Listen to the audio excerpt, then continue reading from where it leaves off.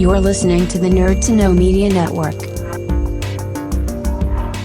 Join us at nerdtoknowmedia.com.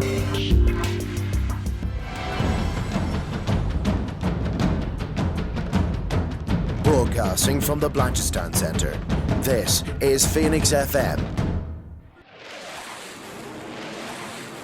This is 92.5 Phoenix FM, community radio for Dublin 15.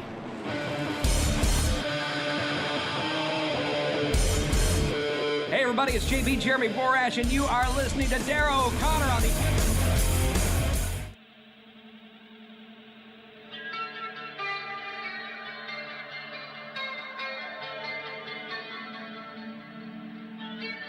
Welcome to the Wrestling Rewind, the only wrestling podcast by fans who don't hate wrestling.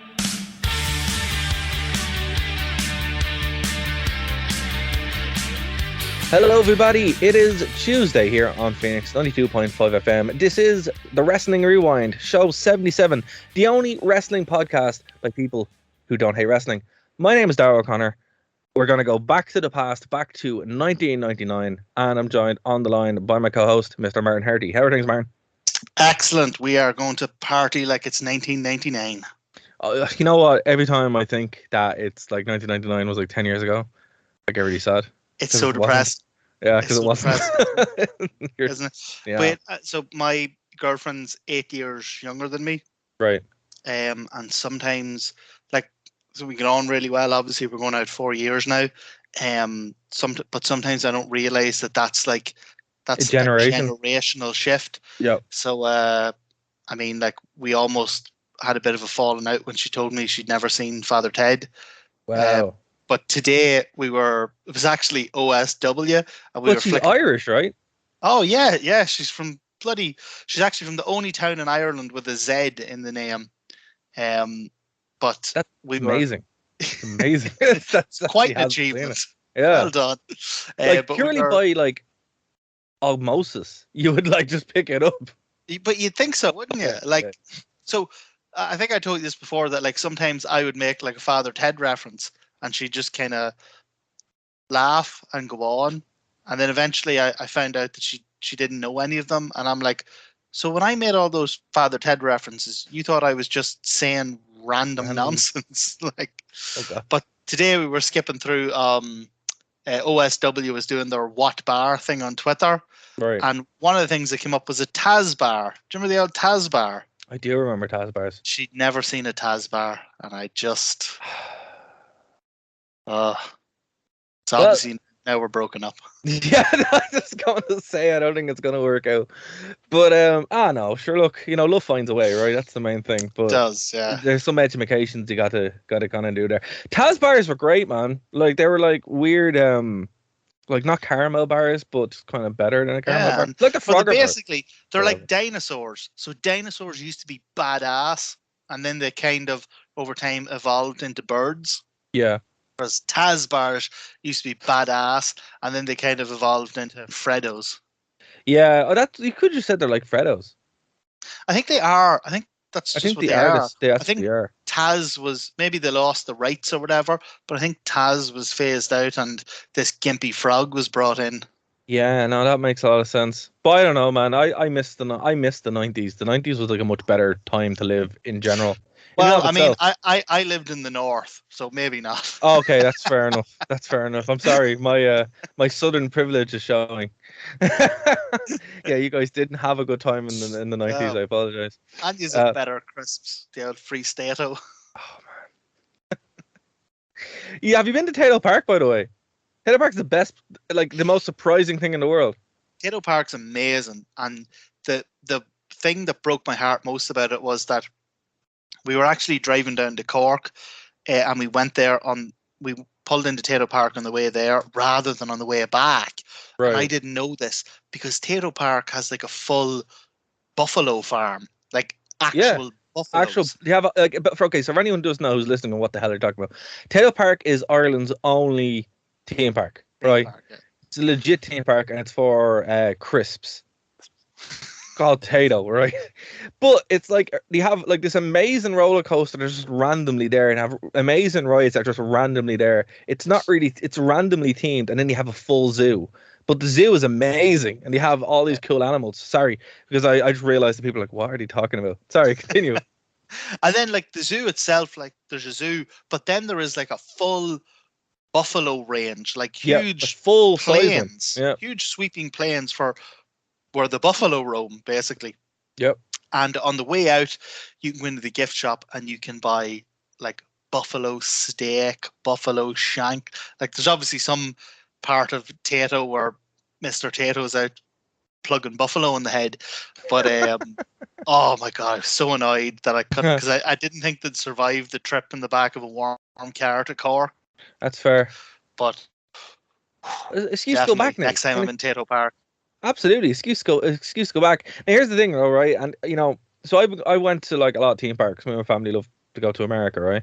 And we went, like the theming of that place. Somebody needs to just hire somebody from Disney for like a week and go, listen, tell us how to make this better, and just steal ideas, because like there's just so many terrible ideas like just in there. Like basically they have like, because they have like random Viking stuff. And then Tato, and you're like, pick one, and then they have like random Irish stuff, just there, and you're like, this. And then a big dinosaur park. Oh, the dinosaur park is atrocious. I'm not gonna lie to you. It's the worst. And then at least the Cullen roller coaster, at least that makes sense. It's, you know, there's like an Irish theme to that. But yeah, it's bizarre. The best / worst thing, because the actual ride systems are great, right? So the water ride, which is the Viking one, that has one of the best ride systems I've ever actually been on, right? But there's nothing in it. You're sitting there for like 2.5 minutes, and some lad who works there is checking his phone, and you're like, could you not like play some music or anything? You're just sitting there, something. Well, and here's what scared me about it. We went kind of in the middle of not in the middle of the pandemic. That sounds bad. I went during the middle of the pandemic, like when stuff reopened. It was betwixt and between lockdowns. Yeah, so same as me. They were only doing like a 20% entry or whatever it was. So with 20% entry, the wait time for the Viking thing was 2 hours. Yeah. And I just can't even imagine what it would be if it was like a full park. Well, see, the thing about that is, like, if it was a full park and everything was open, it'd be more kind of spread out. But because the way they were doing it there, stuff was closed and other stuff wasn't open, and you couldn't eat places. And I suppose, that's the thing. Like, I don't know, I'm a big fan of like theme park simulators. Like actually, Planet Coaster is like one of the best ones, and someone actually rebuilt Tato Park in Planet Coaster, and it's actually really good. But I'm a big fan of those kind of stuff. So you learn how to manage theme parks by playing these theme park simulator games, dude. It's good to have a backup in case the podcast thing doesn't work out. Yeah, that's my plan. I want to be a professional theme park runner. And the band doesn't work out, and the taekwondo doesn't work out, and the being a computer genius doesn't work out. Well, maybe if I make enough money as a computer genius or whatever, I can go off and buy a theme park, be like Cartman. Do you know what you should do? Go on. You should make millions as a computer genius, right? Head yourself out to, where is Tato Park? It's out in Sligo, it's in Meath. No, it's in Meath. It's up the road. Meath. Head yourself out to Meath. Buy a load of land right next to Tato Park and set up Kings Park. Oh man, or Banshee Bones Park. They're Perry. Yeah, Banshee no, Bones they're actually they're owned by Tato now because they brought them back. That's why the flavor's not as good anymore. Yeah, that's what it is. Yeah, Banshee Bones when I was a kid would melt the tongue out of your mouth. Yeah, like the salt and vinegar was so powerful in them. And the consistency on them when you bite into them as well, they're more lumpy. They were never like that. So yeah, that's what it is. Come here. Have you ever seen that meme from The Simpsons where your woman's pouring a load of something into like a big gym vat? There's very little meat in these gym mats. Yeah, I was just about to say there's very little wrestling in this wrestling podcast. We're getting to it. But we have many other things to talk about, like Tato Park and such. Welcome to the Tato Rewind. Welcome to this wrestling podcast where we don't talk about wrestling. And that's how we're the only podcast that doesn't hate wrestling. Oh man, you know what's so funny, right? When so I was looking at Twitter. I don't know what's going on with the world. Well, loads of things are going on with the world at the moment, but by just not engaging with modern wrestling, I just feel so much better about everything because I'm watching just this war happen between two people. And it's like that meme, where there's two people fighting in the background, and your man, like in a restaurant, and your man's just eating his food, like on his phone. It's like, yeah, but you gotta phase out that nonsense. I got banned from Twitter there 2 weeks ago. You did not. I did, and the worst thing was that I contested it, and then they wrote back to me, and they were like, "Actually, yeah, you were right. That was incorrect, and we're reinstating your account." Right. And it's 2 weeks later, and they still haven't reinstated. Oh, so my account was Crooked Crack, but I think the dud one I'm using now is called Slobberknicker. Slobberknicker. Okay. Yeah. But there you go, James Truepenny. Take note. Slobberknicker. But yeah, oh my god, I tell you, that 2 weeks where I was banned from it, it was enlightening, like it's you really realize that there's this amazing stuff going on, and there's only a very, very small number, and it's always the same accounts and always the same people, and there's not even original. It's all the same memes, the same in the dirt, blah blah blah. It's so tedious. Listen, not to get too much into it, but social media was a mistake in lots of ways. Twitter, okay, I appreciate the followers on Twitter, and there are some good stuff on Twitter you can have and blah, blah, blah. But for me, I honestly just think that Twitter is designed to get you fired in 5 years no matter what happens. Like I saw today, like there was a whole thing happening with Bloodstock, which is a metal festival. And do you know I hit the fan because your woman decided to have a bit of a meltdown on Twitter? And I was like, okay, what are you doing? That was madness. But yeah, man, I don't know. People just lose their mind on Twitter, and then it just becomes this whole thing. And I'm like, yeah, no, I just tweet about wrestling sometimes and maybe share memes. But as far as from Instagram is where it's at. That's the best. No, I couldn't be. I'm not big into the photos. I'm a wordsmith. I can't. Fair. I can't be having the photo.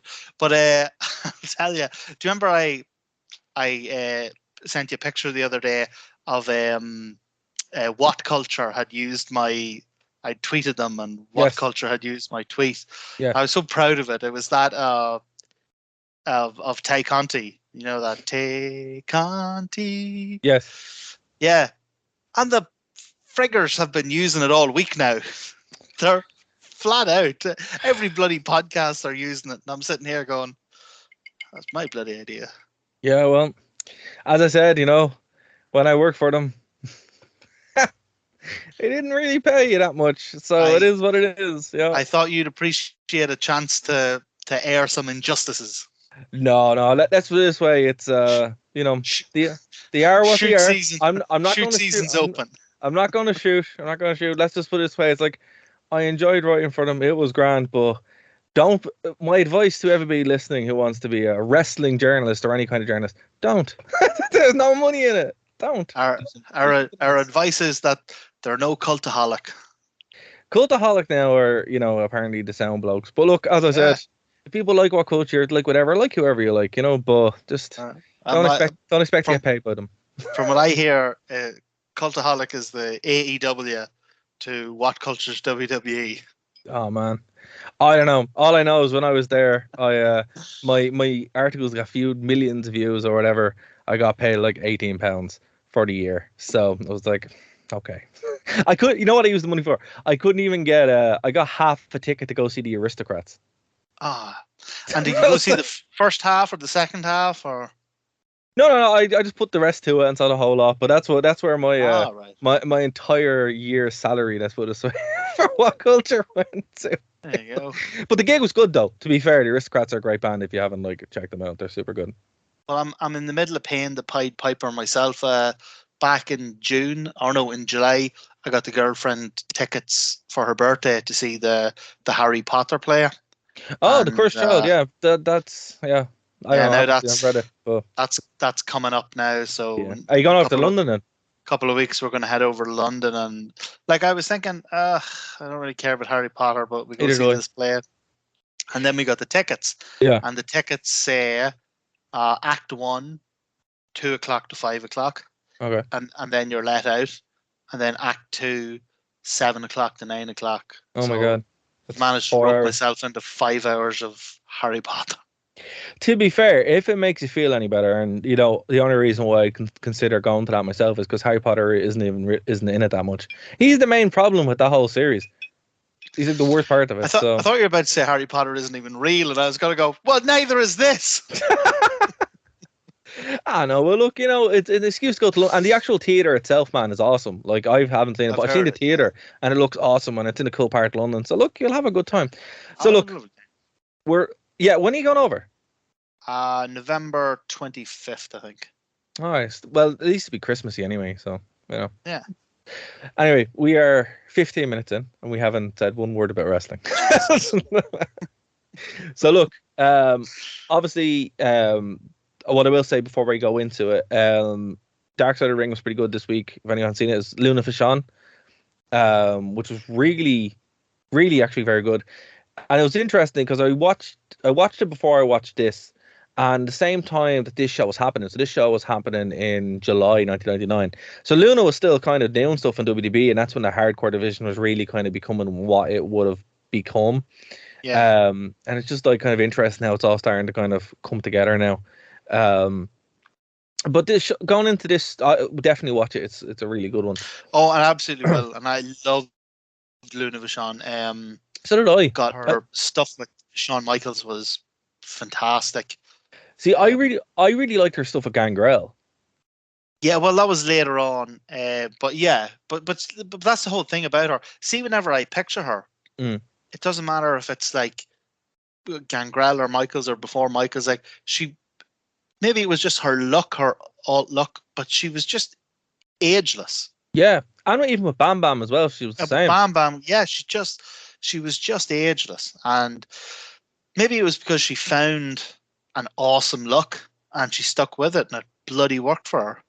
I have to say though, like it's I don't think I saw her because do you remember WWA? Actually, I think we'll cover WWA pay-per-view in the near future. WWA. Oh yeah. World Wrestling All Stars. They were my first wrestling shows actually when they came to Dublin. But it was pre-TNA, post-WCW, so that weird time period where those existed. And her and Gangrel, I can only assume that it was amazing. Well, look, there was one of the DVDs I have. It was Gangrel, or called The Vampire Warrior, because he lost rights to Gangrel for a while. The Gangrel. My God. Well, here's the thing. Do you know who actually owns Gangrel? Who? White Wolf Entertainment. Vampire the Masquerade. Vampire the Masquerade is an RPG, which is one of the best RPGs of all time. Play the video game. And Gangrel owns it. And that's why whenever you see Gangrel in WWE games, you see property of White Wolf. That's why. So he actually lost the rights to it for years. Now I actually assumed that. See, so I had assumed that he had was one of the few people who had screwed the WWE system, and that he was White Wolf, and that he'd registered his own name as a trademark with his own company. Do you kind of like the way the Warrior trademark his own name? But no, he was just a super geek. That's disappointing. Yeah, but anyway, so that's why it was there. But in WWA, he was known as the Vampire Warrior, and him and Luna had a series of black wedding matches, which are actually pretty good. So yeah, but oh man, WWA is brilliant. Like today, the top of the card was Road Dogg versus Jeff Jarrett in a series of cage matches. Oh my God, this was really TNA 1.0, wasn't it? That's what I mean. It's like WCW and TNA, but not quite either. We actually totally have to do WWE shows because oh my God, they're just amazing. So yeah, no, we're definitely gonna put that on the calendar because that's that has to happen. But anyway, 4 years before that's even a thing, we have still the heyday of WCW where the cracks are starting to form Oh, They're very much. and by cracks I mean massive chasms, because the quality is dipping. Man, it's like between like so last show we did was Great American Bash, Yeah. and that was a pretty all right show It for the most part. it was a solid 3.5 out of 5. This show Is has problems, this big This- problems. this show has more issues than Ireland's own. And oh well, I guess the best place to start is from the beginning, right? And so before we do that, sorry, go on. Oh, well, I was going to say, if the best place to start is in the beginning, because in the beginning, this looked like it was going to be brilliant. Yeah. So it's got one of the old, oh God, I love when companies did this. And maybe it's kind of hard to judge whether AEW does or doesn't, because they're only 2 years old and like a year and a half was the pandemic. But I used to love when wrestling companies would do like a big themed set. Yeah. So this thing Me too. started. They had the big theme set. They had Bobby Heenan and Tony Schiavone there in their Hawaiian shirts. Yep. Tony Schiavone is going, "Hey, we're here in sunny and bright Florida." And Bobby Heenan's going, "Yeah, the sun's the only thing that's bright in Florida." And I'm like, "Oh my God, this is brilliant. This is amazing." So don't start at the start, because it gives a completely false impression. That's fair, but the presentation of this was pretty cool. I was sad we didn't get the full 3-man boot. Mike Tenay was off, floozying around. I didn't miss him that much. I like Mike Tenay. I always feel bad when he's not in the booth, but You can't need like a straight man, yeah. So this was July the 11th, 1999, from Fort Lauderdale, Florida, in the National Car Rental Center. Bash at the Beach, obviously, one of the big pay-per-views from WCW, as you said, has the big set, all that good fun. And I was expecting it to be pretty good, or at least on the par that we had last week. And we started off with Ernest Miller and the Disco Inferno. Again, Disco manages to get on the show. He's just hanging out and catering, like, we need someone to go out. But they go out and fall around a bit. But here's what baffles me, and look, maybe I'm wrong. Maybe there's something we're missing in the timeline. But Disco and the Cat get a pop. They each get a pop. Every time. He comes out and he does the stupid dance. He gets a pop. They're doing like real basic, I mean, your first match wrestling stuff, rolling out of the ring, and you're a bunch of rednecks, and the crowd's going mad. And I'm sitting here go, what am I missing? But here's the sad part about it, right? So this match went on for 8 minutes. Oh my God. And it was longer. Then the next 2 matches combined, one of which has Dean Malenko in it. Now, to be fair, he's in there with David Flair, and holy cow, we'll talk about it. But slow your roll. I know, we'll talk about it. But this match was the longest match for the first hour and a half, wasn't it? Yeah, and you felt it. And it was just like, it wasn't a bad match. It was just like, why is this match 8 minutes long? Why is this happening on a pay-per-view? What is going on? So, look, as I said, the cracks were forming now. And you really said clean here. What got me as well was that this match ended when, so the Cat wrestles barefoot, because he's like a 3-time karate world champion or whatever. So he wrestles barefoot. And then at the end of the match, like, the referee gets distracted and his manager throws in a shoe and he puts the shoe on and he kicks your man with the shoe. And that's like a foreign object. And I'm like, every single other wrestler in the company is wearing shoes. Shoe. Yeah. This is, you might as well put a sock on and like. Well, Mr. Socko. Yeah, okay. Well, you might as well like put an elbow pad on to drop an elbow. Like what they should have done there is should have gimmicked the shoe. Where it was like there's something in the shoe to get the win instead of just nothing. But like, I don't know. The actual match itself, as I said, it wasn't a bad match. These guys were both over, but and again, we could be missing something, but I honestly just think these matches just happen. And they're just like, Disco, Cat, where are you? And then they're like, right, go out there and fill time. It was the definition of filling time. Oh, it was a very, very Thunder match. The other thing that got 1990, 2000 Thunder match, dude. Because when Thunder started, it was actually pretty hot. Pretty good. Yeah, it was like Rampage. Hoping Rampage doesn't end up like that. But yeah, you took the words right out of my mouth. I really hope that doesn't happen to Rampage. yeah. But the thing that got me was right at the start. So this thing kicks off. So the stipulation here is that if one of them loses, the other one can never dance on Nitro again, right? So this kicks off with like a dance thing. Oh Now no. the cat is the heel. Yeah. So he's like, his dancing's terrible, but it's probably meant to be terrible, Yeah. Like, He's the heel. Yeah, he's the heel. Yeah. But then Disco Inferno comes out, and his whole gimmick is dancing, but he only has the disco point. Yeah. So he's doing the disco point, and you can see that he's waiting for the cat to attack him, and he keeps doing the disco point, and you're looking at it going, man, this is the only move he has. And it struck me, when like a wrestler gets saddled with a gimmick that's just not them. So apparently there's a woman in NXT at the moment who carries a skateboard everywhere, but she never skates. It reminded me of like when Bret Hart first started out, they wanted him to be the cowboy Bret Hart and to like ride a horse to the ring, and he's like, but I'm not a cowboy. I think you need to have some sort of connection to your gimmick. It's funny you say that because, again, and this is why we're going to cover WWA, I saw Disco Inferno in real life, and he was still doing the Disco Inferno gimmick.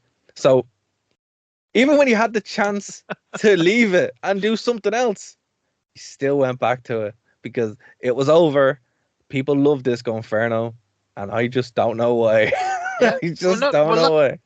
We're two people, and there was 7,000 people in that arena, and they were going Buck Shiwa for him. So, oh man, they love him. They absolutely love him.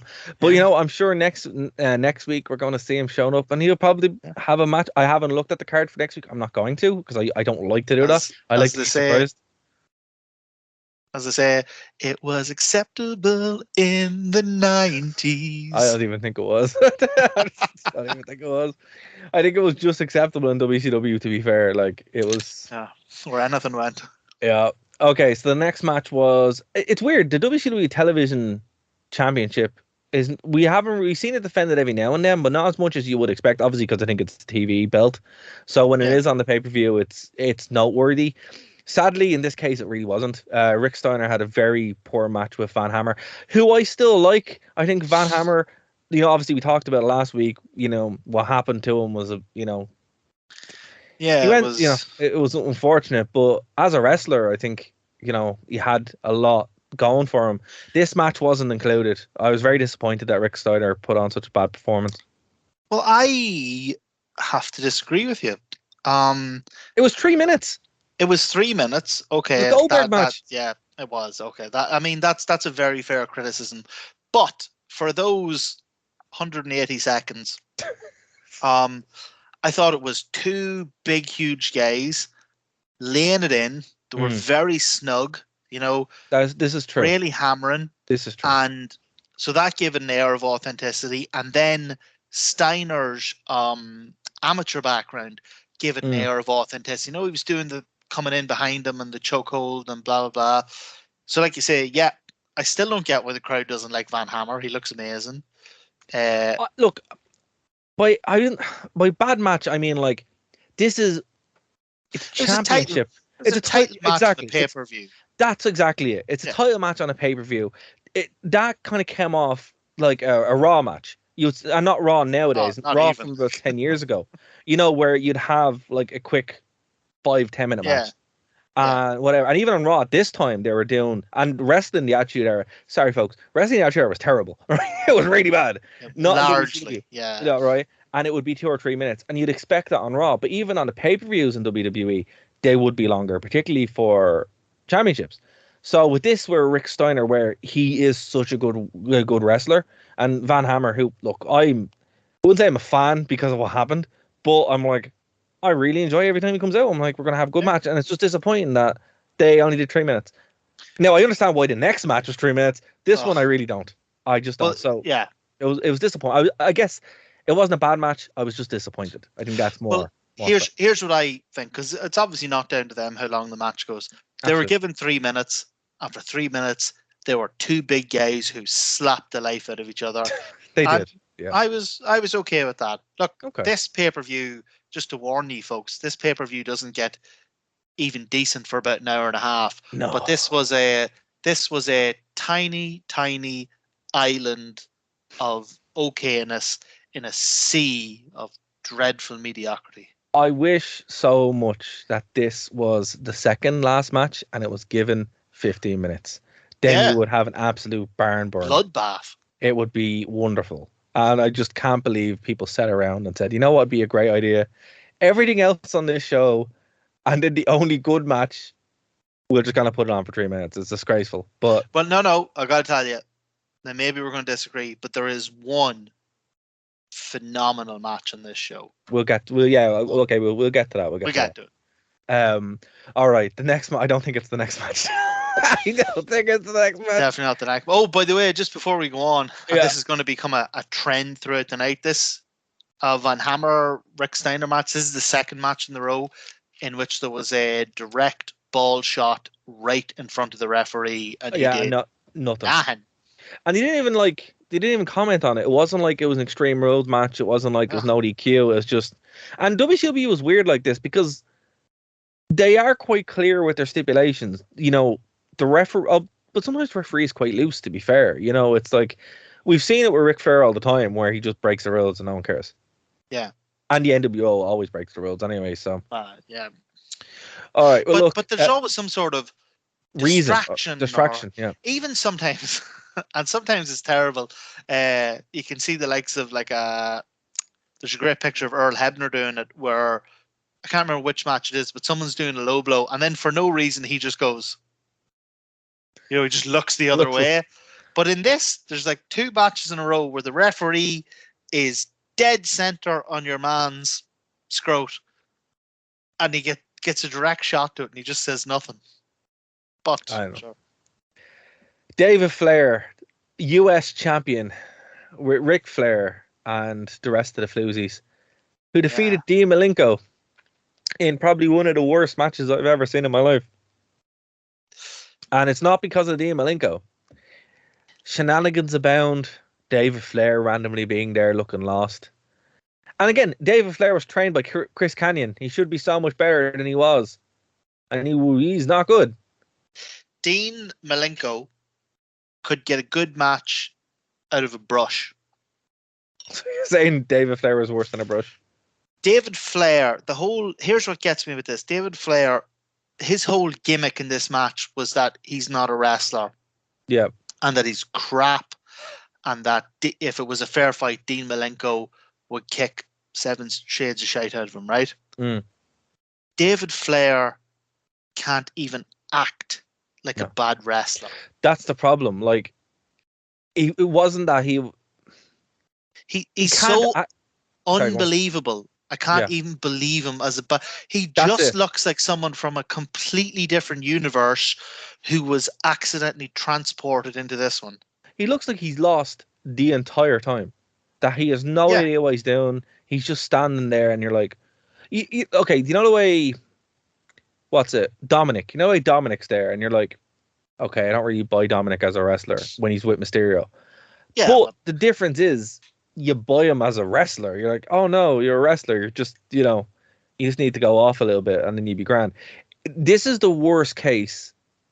David Flair is the worst case of this. He's worse than Garrett Bischoff. He's worse. Horace Hogan, it wasn't even as bad. Oh, like Horace Hogan is Flair compared to him. Yeah, literally. He's so much better.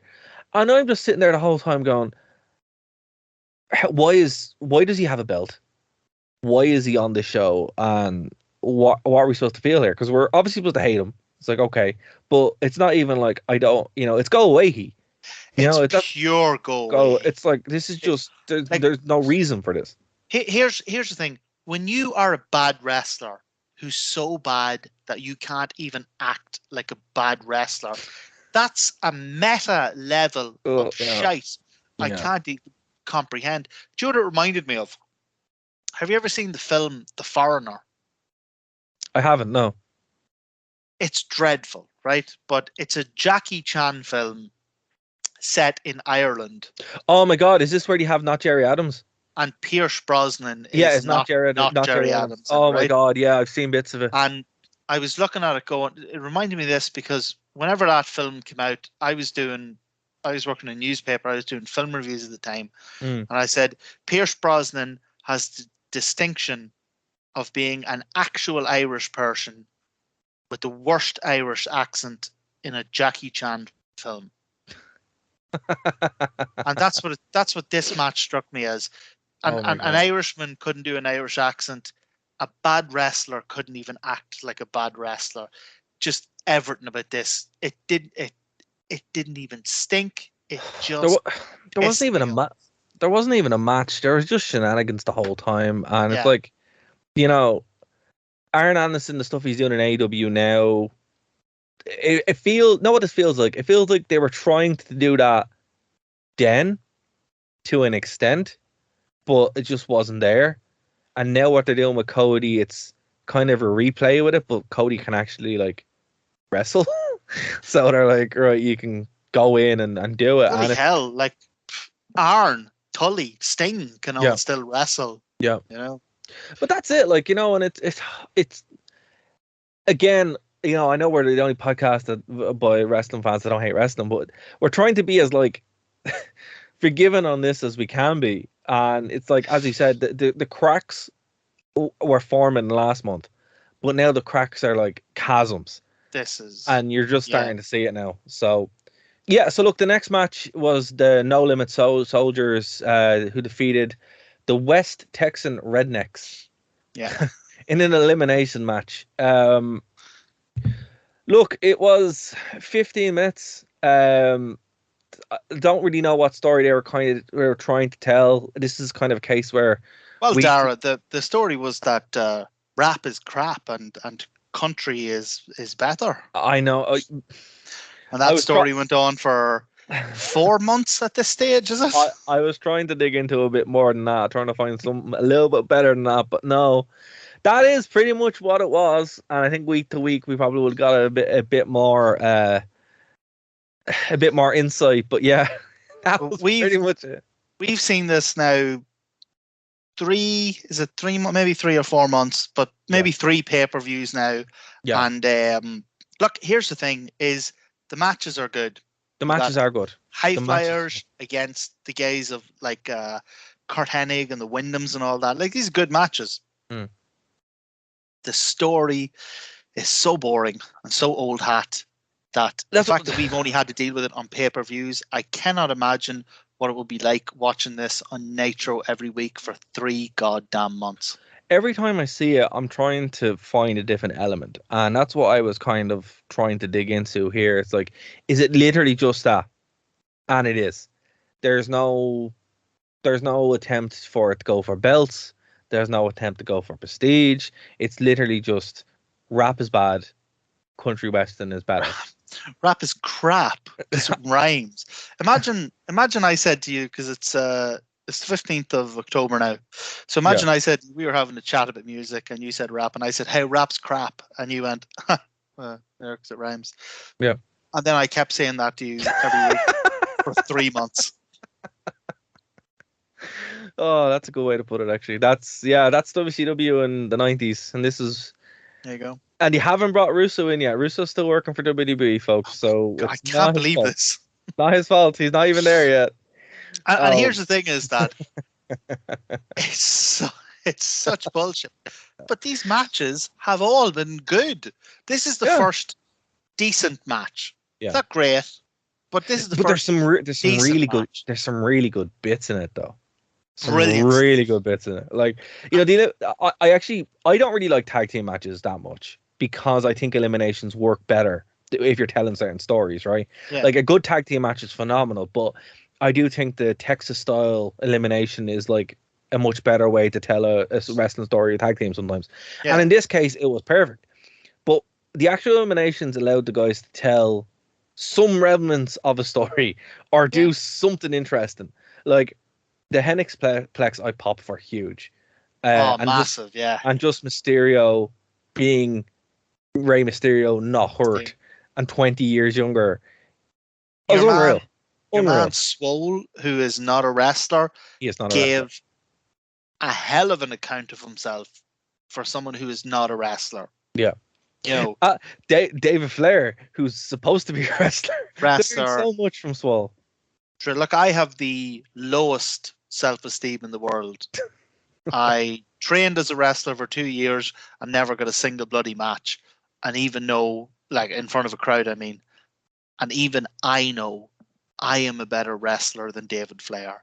Oh man, I believe it. I am not a better wrestler than Big Swole. He was pretty good. And now his name lives on in AEW. You know what? It's really annoying when you're watching these matches, because like, you know, they didn't get a fair shake of the stick, you know, and like, purely by the placement of these cards, they're going off and they're trying to do what they can do. And I'd say, if you haven't seen this pay-per-view, go watch this match. Ignore the really stupid story, because there is nothing more than just what Martin said. It's literally just that. But there's some really cool parts in it. I love seeing Conan, because again, like, I'm so used to seeing Conan either crippled or nearly crippled that I'm like, I forgot that you forget he's a wrestler, or was one of the big, you know, great wrestlers. You know, fire on the mic, fire in the ring. He's brilliant. Rey Mysterio, fantastic. Kurt Hennig bumping like this must be before his injuries really started to set in. Bumping like bloody 93 SummerSlam. Kurt Hennig all over the ring. He's brilliant. The Wyndham's pretty good. Like we said, everything around this was crap, but for 15 minutes, this is pretty good. And that's the thing about WCW. You know, the wrestling was always the core. It was always why you watch WCW. It's exactly like AEW. You watch AEW because the wrestling's going to be incredible.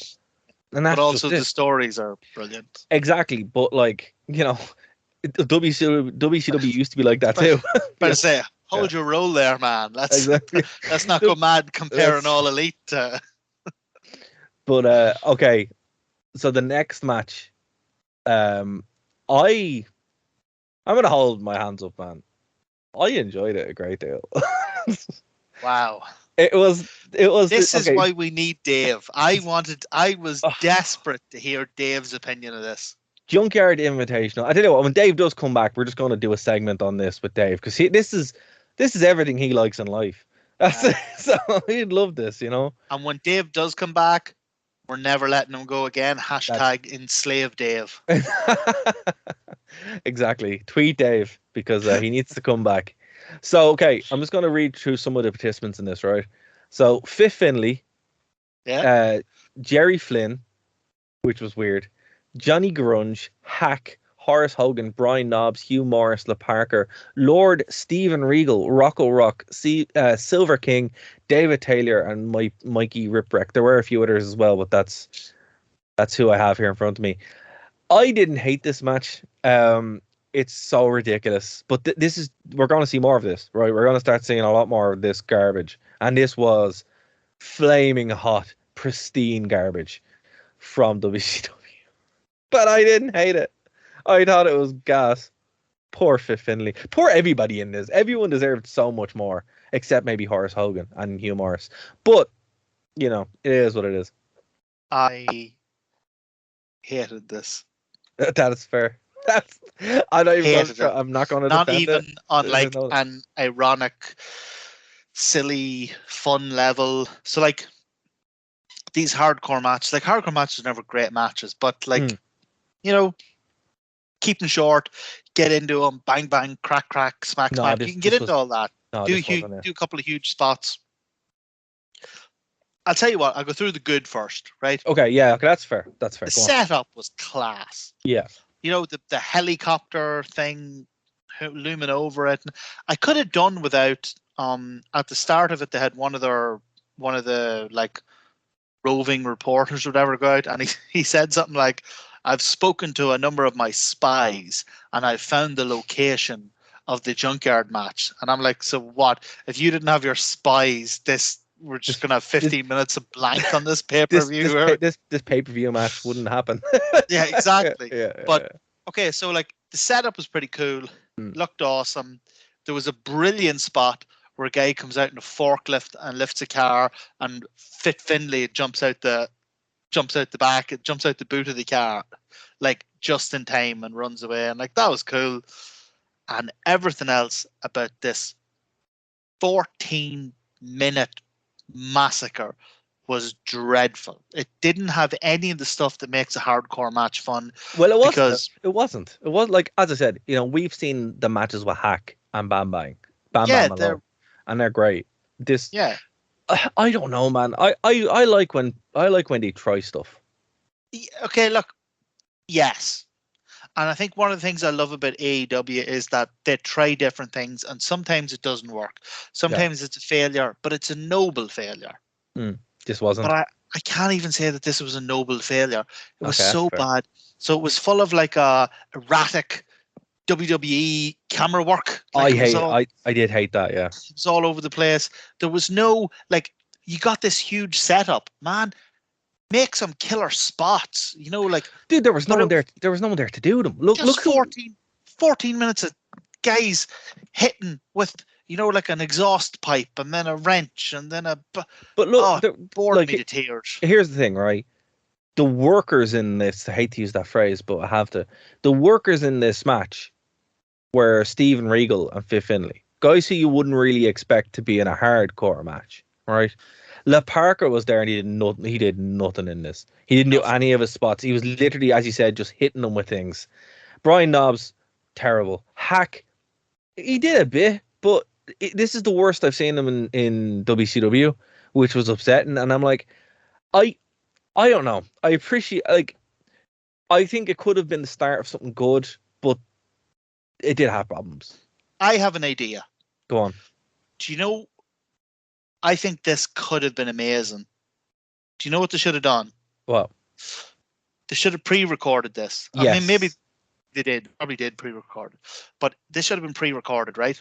But then instead of being one big schmoz, they should have picked out like 5 or 6 like big spots, huge set pieces. Like in the, do you know the AEW Stadium. Best Friends? No, the Best Friends car park match. Oh yeah. Yeah. Fantastic, right? Yeah. What they should have done was they should have picked out several big spots and recorded them, right? Yeah. And then over the course of the night, Tony Schiavone should have just went, we're going to cut back to the junkyard match where things are insane. And then 2 minutes of like some big nonsense spot and then cut away and then have a match. And then, let's check back in, see how things are in the junkyard match. Like, and then 2 minutes, like, and just cut that in the whole way through. But see 15 minutes of this shite. That's a fair point, actually. Yeah. They kind of did that with the Boiler Room Brawl in WrestleMania in 1999. Why? Yeah, that's actually because they knew this is a premise that sounds a lot better than it actually is. Yeah, like I guess for me, like when I go back and look at this, it is kind of groundbreaking because this wasn't done in WWE. They never did this. They would do it a couple of years later, and it honestly would be better. But I don't know. I'm just like, as you said, that would have been a much better way of doing it. But then again, WCW didn't know what they were doing. The wheels were falling off, and they were holding on, but like the skin of their teeth here, and there was nobody with any kind of vision at this point. So that's right. It's mad that like the wheels can be falling off, but they can still afford a giant junkyard and a wall. Like this was a really impressive set. It was. It was like a legit wall of cars. Like think of all the things you could have done with that. Like all the big spot. And you know what? It wouldn't even have to be dangerous. You can have stuff where like you throw a guy off a car and he hits the bonnet, and then below him there's a bloody crash mat, but the camera just doesn't see it. Like the old Jeff Hardy special. But this could exactly. But this could have been brilliant. Here's one for you, Martin. Interspersed. Right? Here's one. Sorry. Here's one for you. My only problem with this really is it's like the whole show, and we probably will have to go to overtime on this. It didn't build anybody. Fit Finlay didn't benefit from this. He would disappear and you wouldn't see him again until he came back with Hornswoggle 7 years later, right? You got an old under 12s GA trophy out of it. But what I mean is, think about it this way, and the way I would have booked this is, I would have actually taken a character that a new character or a new wrestler or whatever, put him in and said, this is King in the Junkyard or whatever, or, you know, like even a green guy or whatever, you're like, right, this is going to make it. And you do like a tournament in the Junkyard, and that's your pay-per-view, or even that's a series of shows. And you're like, right, have these guys having a hardcore match in the Junkyard, and whoever wins it's King of the Junkyard, right? The premise works. You just have to have some sort of vision to it and then build something. After this, to my knowledge, Fit Finlay just faps about a bit and then he's gone. And the real thing is, it's like the kind of comet with the dinosaurs. Like, you know, in about 3 months, that comet's hitting and it's gonna wipe out all of this. So, you know, for me watching, go on ahead. Sorry, for me watching this, I was like, again, I'm kind of in love with the idea and what you could have done with the idea. And I think that's why I give it a bit more leeway than it deserves. Yeah, definitely than it deserves. I'll tell you what, there's another crime of it, was that like Fit Finlay come out of it and they didn't even do anything with him. No. Fit Finlay, who in the 90s in WCW was amazing, was terrifying. His matches in WCW with the likes of he wasn't William Regal at the time, was Steven he? Regal. Steven Regal at the time. Oh my God. They are the most brutal. And I don't mean brutal in terms of physical chair shots or triple flips or anything. I mean, these two guys went out there and beat the living hell out of each other. So look, phenomenal matches. So we're running out of time on the FM side of things. So I want to end this real quick with 2 stories. One, guys, if you haven't seen Steven Regal versus Fit Finlay from WCW in the 90s, go watch it. Go watch it now. Those matches are unreal, right? Also, I actually met Fit Finlay and William Regal in GameStop in Dublin, like 2006, and I have a signed copy of WWE SmackDown vs. Raw on the PlayStation 2 from William Regal and Fit Finlay. Really nice guys, right? I hate you. Oh man, sorry, but they're really nice guys. I have it signed. I'll send you a picture later on. But I actually got to see one of William Regal's last matches in Manchester. It was Manchester or Liverpool. I don't remember which one it was. But myself and my friend Gary were over, and it was a dark match. William Regal versus Daniel Bryan. Oh, the match was ridiculously good. Hold on, I need to recover.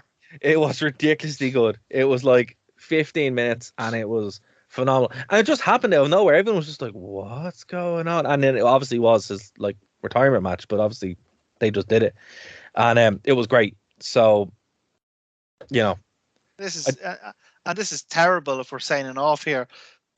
Poor people of Dublin, ye haven't suffered enough. Like, you got yourselves the whole way through this dredge, and now it's actually about to get amazing. And we have to say, slán go fóill. Well, here's the thing. This is why, folks, if you're listening to us on Phoenix FM, what are you doing? Go over, get the podcast.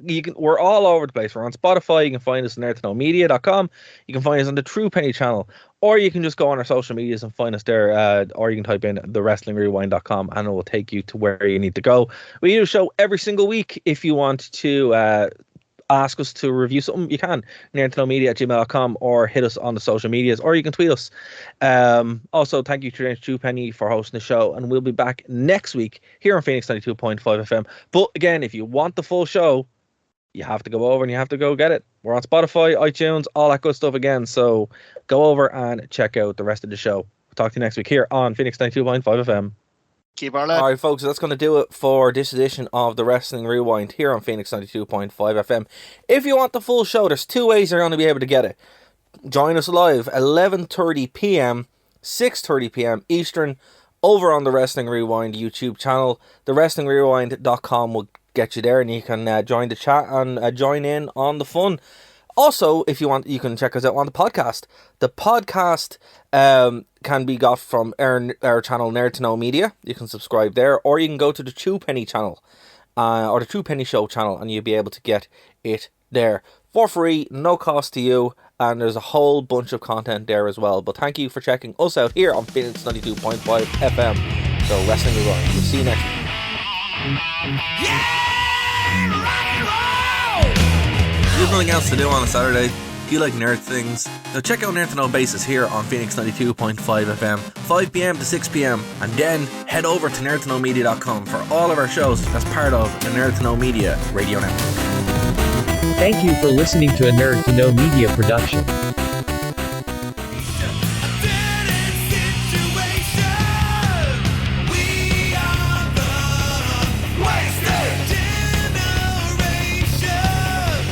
And guys, we're back. Thank you for joining us here on. Martin, we don't really do these overdrive that much, but it's cool to do them when we get to do them. You mean when they run over the time? Yeah. I think it happens all the time. I think it's because we spend the first 20 minutes talking about Tato.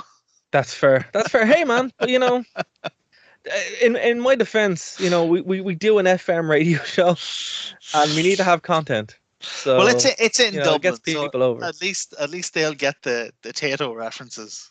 Oh, man.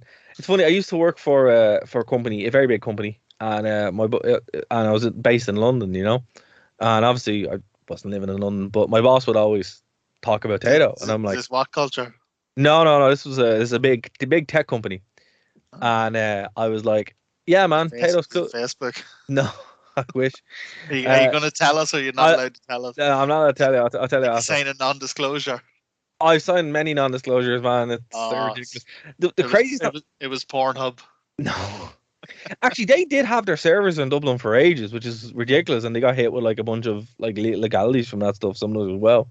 Anyway, yeah, and my boss was like obsessed with Tato. I was like, all right, man, Tato's cool and all, but like kind of a weird thing to be obsessed with. But anyway. And did he specify, like, was he into free Stato or 6-county Stato? No, I think it was just in general. But then I was like, I actually said to him, sent him a text there when Banshee Bones came back, and I'm like, man, this is the real deal. What you got to hit. So yeah, but no, that was funny with there's so many like tech businesses in Dublin now. At this point, it's wild. Yeah. And not a one of them paying tax. Well, not even that they're not paying tax. They're not even like helping out the infrastructure, which they totally could do. But I don't know. Got to have competent politicians for that, right? Anyway, so before the break, we were talking about the Junkyard Invitational. We were. And were we talking? Were we lamenting? What were we doing? I think we were lamenting. But you mentioned that. The good people who check out the Phoenix FM show only didn't get to actually see the highlight of the show, which is true. They didn't. The highlight of the show was the next match. And when I mentioned the participants, you will see why. 23 minutes of absolute, just pure wrestling. Felt like 5. DDP, Chris Kanyon, and Bam Bam Bigelow defending the WCW World Tag Team Championships against Perry Saturn and Chris Benoit. Mother of God. Like, this is why you watch WCW. This is why everyone watched WCW. It was for just absolute jewels.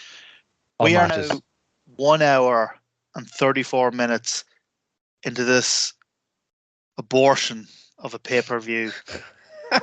And the next 23 minutes make it all worthwhile. And again, folks, if you haven't seen it, go, stop this podcast, check out it on the network. It's on the network. Watch it, come back, and then you'll know what we're talking about.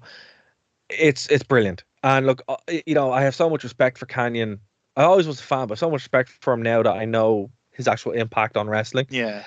And then when you're watching his matches, you're like, well, you really were innovating. Like, really were innovating what you were doing. DDP has always been great.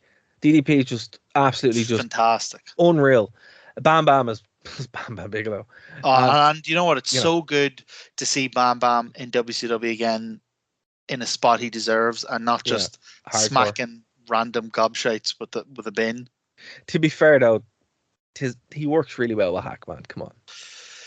Yeah, I mean, like you buy him totally. Yeah, we've been through this. Like they make the best out of a not great situation, but to me, Bam Bam is another level, and this is where he belongs. He brings that element of physicality that no one else can really match. And yeah, you are right. Like when he's in the hardcore division, I've never seen a man use a guardrail so effectively. Just kill someone with the guardrail. And he brings that into this match as well, where like Perry Saturn is very physically intimidating, but he gets thrown around like a rag doll. And Benoit's in there as well, being Chris Benoit. And still, like, it all just kind of works. Now, obviously, they lose the match because it is quite a big feat to do, but the story they tell and how they go to do it is just brilliant. And this Jersey triad, WWE, what were you doing? Like, why didn't you take these guys? Like, there's your like main. Not, I wouldn't say Bam Bam, Canyon, and DDP would have been main event talent because they weren't. They were shown not to be. But I think that's unfair on DDP. I think DDP could have been, but they were just so obsessed with making WCW out to be the hick, and look, peasant company. But No, but hold on. Sorry, go on. No, and I just want to make this point before I forget it. And here is an example of how obsessed they were with this, right? Go on. So this is a WWE owned product. WWE owns WCW. They own these pay-per-views. They own these matches. They do. In the background, maybe in about the fourth row, there's a guy holding a sign, and every time he holds it up, it's blurred out. Can't see what it is. And I was like, oh my God, I'm going to say something really offensive. During the last match, there's a second where there's like a suplex or a slam or something where they go over the sign and like the blur cuts out because they can't blur out like the foreground, and you see what it says. And this match from 20 years ago that they sent people back to blur a single guy in the crowd has a saying that just says WWF sucks. Oh my God, that's how so petty. That's how petty these cretins are. So DDP could have absolutely, he is amazing in this match. Actually, nobody in this match isn't amazing, but he is amazing in this match, and he could have absolutely been a top guy in WWF, WWE if McMahon hadn't been so obsessed with like making WCW out to be this joke. It's pretty his product. He owns it. That's a fair point. That's a fair point. And what I was going to say is, you have your way to put them, even with that in mind, is top mid card. Those three guys alone could be your top mid card gatekeepers. Easily. But you're right, man. I totally missed that point watching this. But holy hell, like that's really, I don't know. Again, trying to watch this as like impartially as you can, it's upsetting because, for 20 years you're told WCW sucks, and it really didn't. It got there, and we're probably going to eat those words in a little while, but it had some incredible matches, and this is one of them. Like, this genuinely is probably one of the best matches you'll watch. It's as evergreen as it was 20 years ago as it is today, and you'll have a great time watching it. And I'd say, look, do you know what? Every time we talk about Benoit and Saturn, or every time we talk about the likes of DDP and that, we sit here and we go, this was a Dynamite match. This was a bloody Dynamite match. This was a Full Gear match. Yeah. This was so beyond. Yeah, it was a modern AEW pay-per-view match. Yeah. The wrestling was amazing. The story was amazing. Yeah. The comedy. There's comedy in this, and it's woven so well into it. It's also for something. There's a reason for it. There's a belt. Oh my God. So at the end of it, DDP grabs like a load of grabs a load of like a dust or whatever, and he goes to throw it at Saturn. And Saturn has DDP up on his shoulders, and he throws it at Saturn, and it blinds Saturn, and he goes in and he kicks Saturn. But DDP is blind, so DDP turns around and does a diamond cutter on Canyon. It's phenomenal. Yeah. This is ballet. It's incredible. And, I mentioned, I don't want to do constant comparisons, but it is important to remember. This was July 1999. There was nothing like this on WWE. WWE was not the wrestling product. Like, I think, what was July in, it was King of the Ring, 1999, I think it was. It was Fully Loaded, 1999. That wasn't a terrible show, but there's not one match in that where you go, that was a wrestling classic. It just wasn't there. I defy you to tell me that there was a match of this quality. There wasn't, because the guys weren't there. And the thing is that nowadays people think that this style of wrestling was invented by Young Bucks, PWG, all that. No, man, this really inventive stuff was absolutely going on in the 90s. It was just overshadowed by all the other crap. The Bucks were watching it. Yeah, exactly. Were kids. They were the ones Bucks were sitting watching this going, hey, imagine we had a wrestling promotion except every match was this good. Yeah. And that's it. Like I'm actually gonna fact check myself here, and I'm actually looking back now, doing this here. So just give me a second. So yeah, it was Fully Loaded, 1999, and it was July 25th. So what are we? We're like 15 days away from that or whatever. I'm just gonna go through these matches here. Yeah. Do you want to know the matches that were on this card? Go on. For comparison, right? Break me heart. So Jeff Jarrett against Edge, right?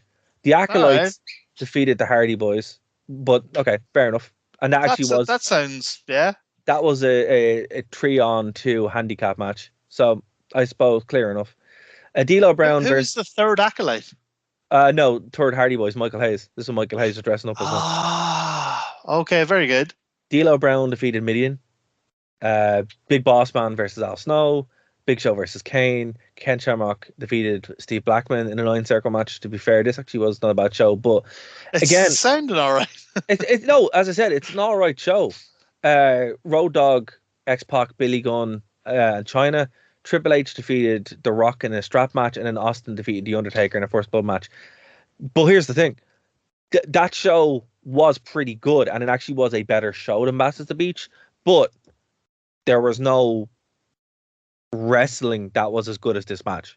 Oh, zero. And you can see it there in that point. Like, if I had to watch one of these shows again, it would be Fully Loaded 1999, hands down. But that's a horrible disservice, because there was 2 matches that just blew all the wrestling there completely out of the water.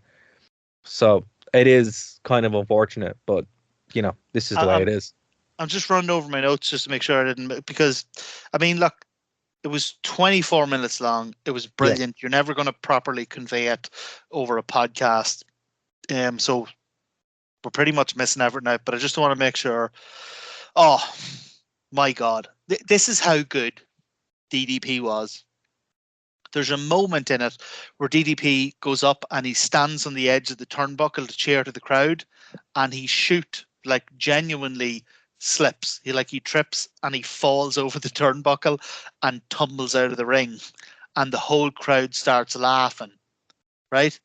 And he jumps up straight away, and he jumps up outside the ring onto the guardrail, and he starts giving it to the crowd, oh yeah, laugh, laugh, laugh, blah, blah, blah. And I'm like, that's brilliant. That's brilliant heel work. That's like, you've just ballsed up, but he's like making a moment out of it. He's that should be a spot that other heels copy. Like, that's it. These guys just got the idea of being a heel. Like, it's very old school wrestling for a modern audience, and it is just, I can see that. As you said, like, we could talk about this, do a whole show on this match. Yeah.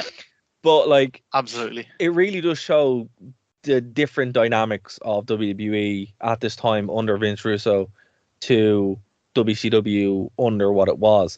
And it's funny, 2000 is the best year for wrestling in WWE, and I would say for in general. And it's because a lot of these guys literally packed up, took that style with them to WWE.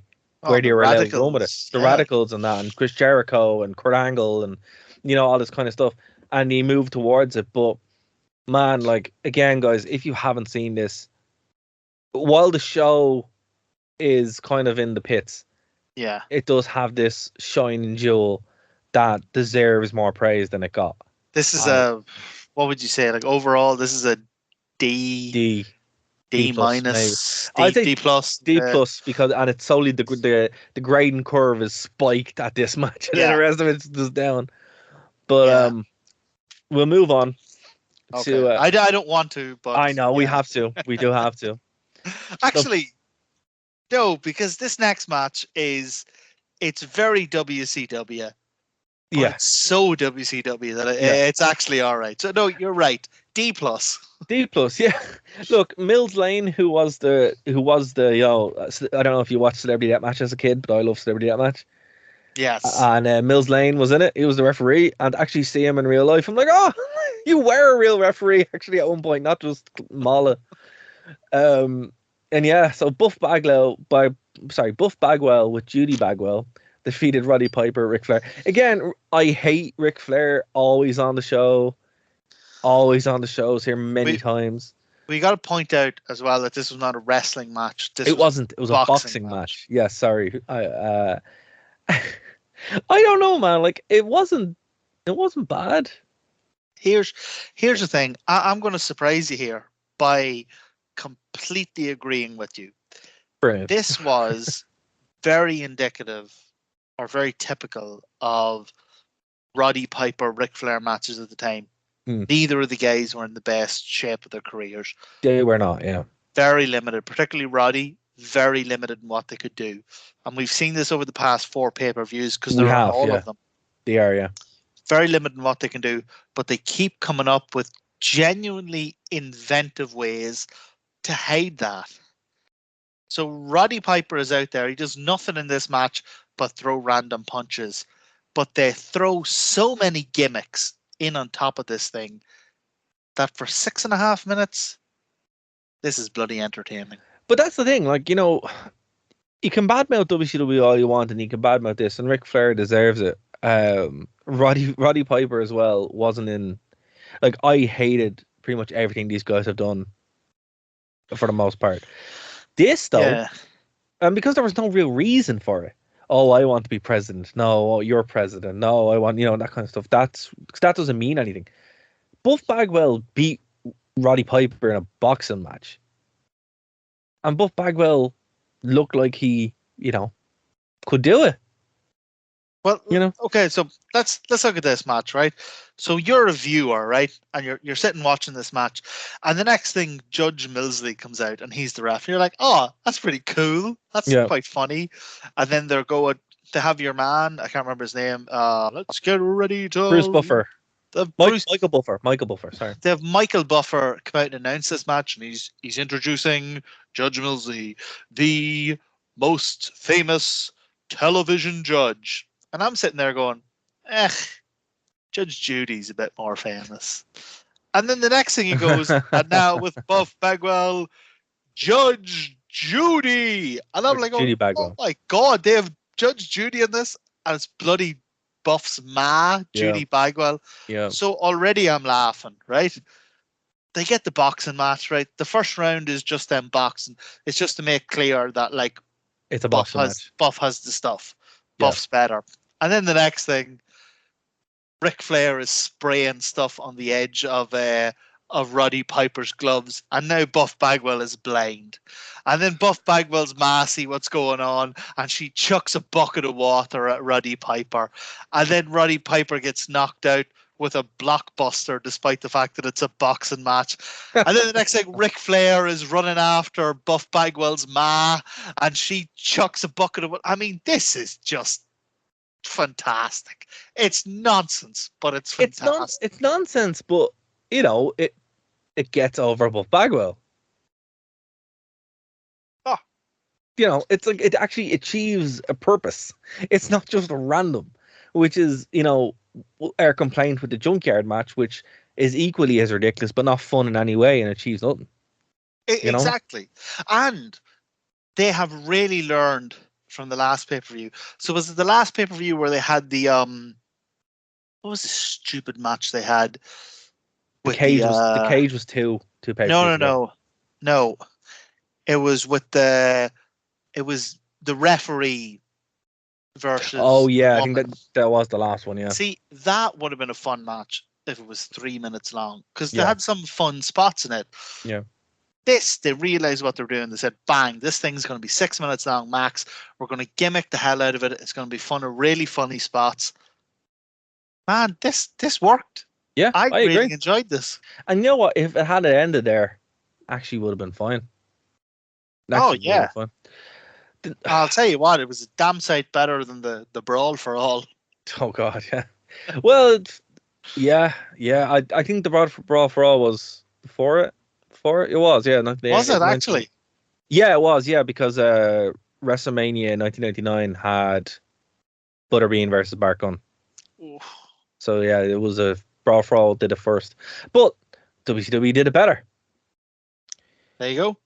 And that's the thing that the WWE narrative, all those programs about the Attitude Era and the Monday Night Wars, and never tell you, WCW won for a long time because for a long time it was just better.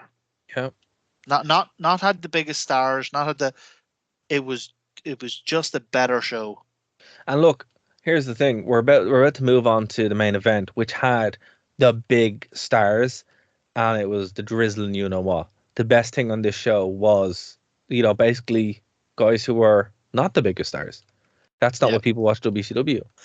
But to wrap up the show, right? A couple of things that annoy me straight off the bat. I hate when a world title is defended in a tag match.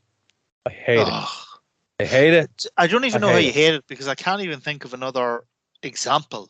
Oh, it's happened many times. TNA did it loads. WWE have done it. It's just, I don't know why you do it. It's like, it's so stupid. But WCW are forever doing this stuff, and this is probably the first example of it happening in this show's history anyway. Randy Savage and Sid Vicious, who already is a bad tag team, defeated Kevin Nash and Sting.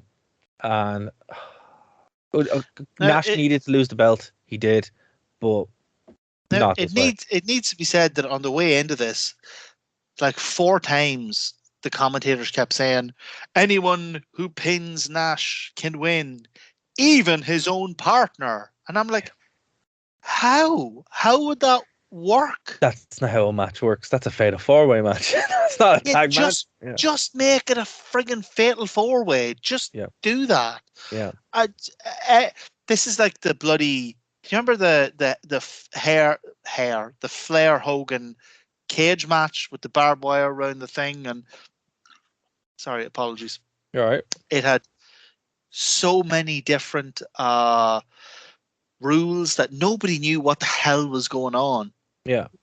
This is how I felt in this. This match hadn't even started yet, and I'm sitting going, I don't know what's supposed to happen here. I don't know where this is going. Yeah. It had no rhyme or reason to it. Randy Savage should have stayed in commentary at this point. Sid Vicious as well just was honestly never good, in my opinion. So well, you can't say that.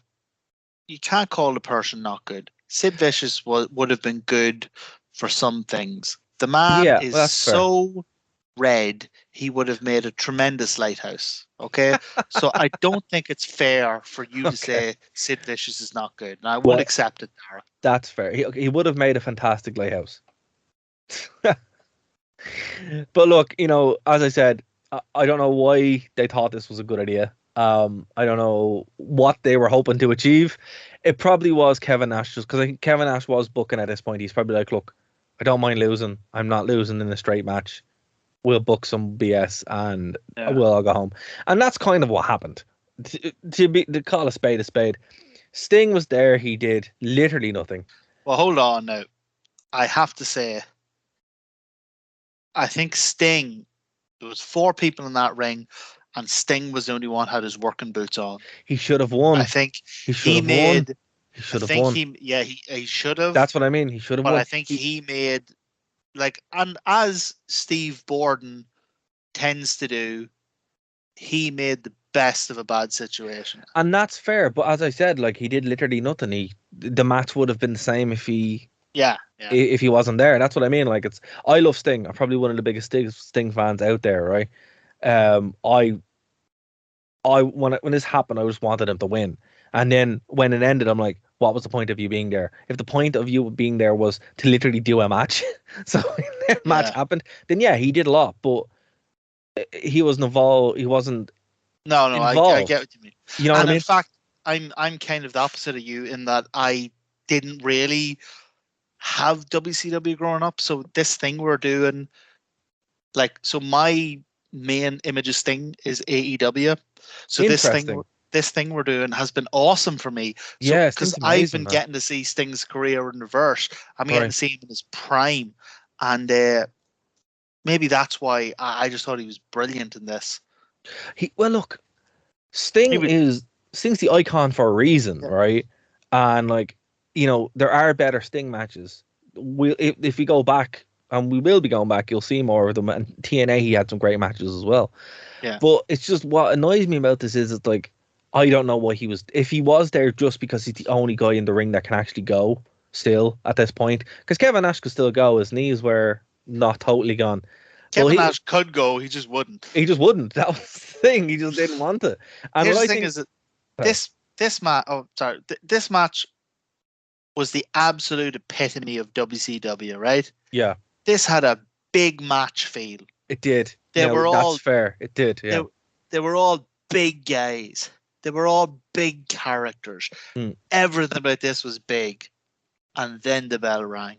Yeah. And that's just WCW. But that's it, man. And look, I make that joke about Bray Wyatt, and I love Bray Wyatt. He's amazing until the bell rings, and then it all falls apart. And it's like, that's kind of what happened here. And, if Sting's role here was to put the match together and to make sure there was a match, well, then he achieved that goal. But, if it had been me, I would have been like, no. It's like, yeah, no. But then again, Kevin Nash was the one booking it, so you kind of have to do what you have to do, right? Well, I gotta say, if you're a viewer of this match is, what was it, 12 minutes long or something like that? About 13 minutes, yeah. 13 minutes long. This was 10 minutes of kick punch, and then 3 minutes of Sting. Sting was the only one who was actually wrestling it, apart from one elbow drop. But my question on that would be, you take Sting out, what impact would this have on the match? It would have been even worse. Yeah, no. There you go.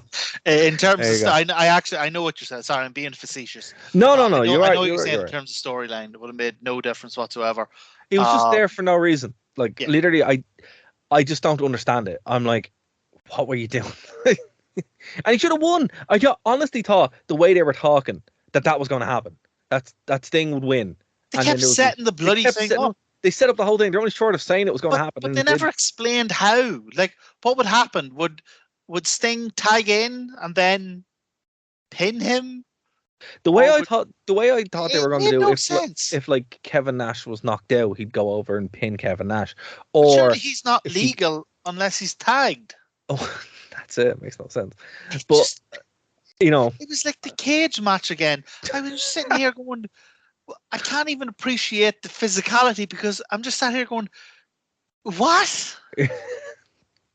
again, and they just did stuff and hope for the best, and sometimes it worked, sometimes it didn't. This was one of the times that it just did not work. Well, I'll tell you what, 99% of this match did not work. But this match had one absolutely beautiful spot in it. Go on, I want to see if it's the same one that I have. Go on. I bet you it is. So it's towards the end of the match, and then Savage's one of the Macho Man's floozies. Is that a derogatory term? I don't know. No, floozies is fair. Floozies. Gorgeous George comes into the ring, and she goes to give Kevin Nash a low blow, and all she does is just punch him in the arse.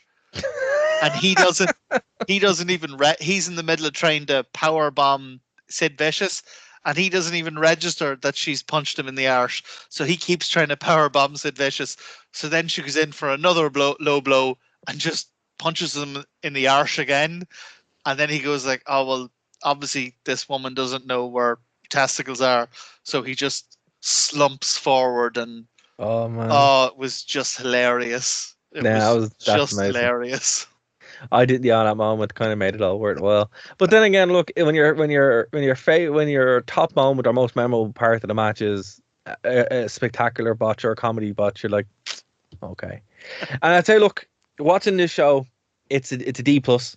Oh yeah, And it's an earned D plus. They put their homework in to make this a D plus. And and it's go watch the handicap tag match. Go watch the It's match. the plus. That's the plus. Everything else is just not worth your time. And to be fair, And the boxing also match is fun. The boxing match is fun too. the boxing match is fun, and the No Limit Soldiers rap is crap thing. Even Yeah, though the elimination the match. story surrounding that is terrible, the match is quite good. I also like the fact that I don't know if it's this specific match, but the tag team of Sid Vicious and Randy Savage is where that meme comes from, where it's like, oh, that wasn't just Vicious, it was Savage. That's where that meme comes from. So Oh wow, I kind of didn't know like, that was a meme, but still, that's cool. yeah, so if someone gives you a real zinger on the internet, Oh right. yeah, you reply with this picture of Sid and Randy, and it Oh, just man. says on it, that wasn't just Vicious, that was Savage. So I quite like that, but everything else was just heartbreaking. Well, the next pay-per-view on our timeline is Road Wild 1999, and that's going to be an interesting one for you, Martin, because that's the biker one. That's where they have it's the outside one, and it's Is it's this where they literally had the Hell's Angels? I don't know if that's in the next one because I don't remember it, but yeah, it's they would go to Sturgis and they just have bikers there, and apparently it was Bischoff's thing because he likes bikes or something. So that's why it's there. But we're going to check that out next week, I think, unless we have Bischoff. something else. Unless we have something else coming in, and if there is something you want us to show, email us nerdthelmedia@gmail.com, or you can tweet me, you can tweet Martin, you can tweet James Shoepenny, and just say, hey, I want the rewind to talk about this, and we'll go and do it. Just tweet us and tell us exactly. You want us to review WrestleMania 13, but not the whole thing, just Bret Hart and Stone Cold, and that's all you ever want us to review. Just tweet us and tell us that. Just that's it. Just do it. Just do it. Just do it. Here's a $5. Go do it. Yeah, no, but WWA, man, I think it's going to have to happen at some point because that's too good to know. I need to find like a good kind of vein of that though, because I only have a couple of DVDs. So big, thick, pulsating vein of WWA. WWA. Oh. I just love the fact that that's the thing that exists, and it's just so random and weird. So I don't know. Gonna try and find that, and if I can, we're gonna do that because man, that's a time capsule in and of itself. But before we get out of here, Martin, is there anything you want to plug? Yes. Go for it. So in terms of television, I want to plug wrestling, but not wrestling, but wrestling television. So the past couple of weeks, I've been watching Young Rock. Okay. And Heels. Do you know Heels? I have heard of it. I think it's like a drama that takes wrestling like it's real. Is that what it is? Yeah. No. Apparently CM Punk is in it. So I'm only 2 episodes in. Right. But it's a drama, but it's these two brothers that own. Yes. Their father was a big wrestling promoter, and he's left them like this failing wrestling company, and it's their kind of struggle about who owns it and trying to make it good. And one brother wants to make it ROH, and the other brother wants to make it ECW. And if you're a wrestling fan, it's pretty good. You get like loads of wee nods and winks and stuff like that. But if you were just like looking for a drama, it's fairly pedestrian. And the other thing I want to promote is, I'm not getting paid, but Nintendo is currently doing a sale on Switch, and Little Nightmares is I think about £3, and I've been playing it all week, and it's goddamn phenomenal. So there you go. Go and watch Young Rock and Heels, and then when you're finished that, play a Little Nightmares. That's very cool. Again, I will plug the Desk Board Buddy, which arrived during the week, and it's a wonderful invention. I'm very, very happy with it. So thank you very much to the folks at Desk Board Buddy for sending one out. It's a wonderful invention. I'll also plug a really good game, Martin. Actually, speaking of games. There's the Forgotten City. It started off as a Skyrim mod a couple of years ago, but now you can buy it. I think you can buy it on the Switch, but I have it for the PlayStation 4. And basically, it's you're transported back to an ancient Roman city, and you have to fight. You have to stop people from sinning. So if they kill or if you steal anything, the gods turn everyone to gold, right? So it's mad, but it's a really kind of cool idea, and you kind of have to walk around figuring out why you're there, what's going on, and it's a really interesting, very cool game. But when you're playing it, like you're like, whoa, this is Skyrim, but not really. And just what they've done is really good. So if you're interested in kind of that kind of game, I'd definitely pick it up. It's like €20 or something like that at the moment. It's a really, really cool game. And so Dara, yo, do you ever think that, like as a libertarian and a socialist, as a PlayStation and a Nintendo, do you ever think that we're, not to overinflate ourselves, but like a beacon of hope for the future? I think so. I think so. I think that's a nice message to end on.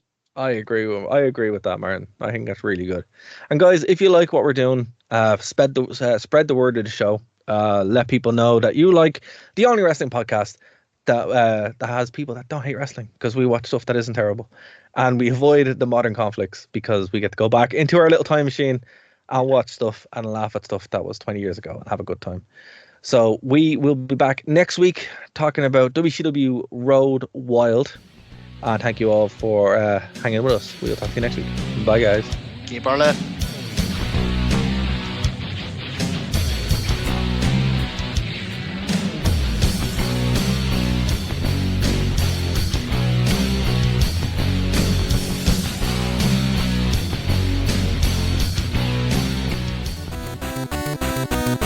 Thank you for listening to a Nerd to Know Media production.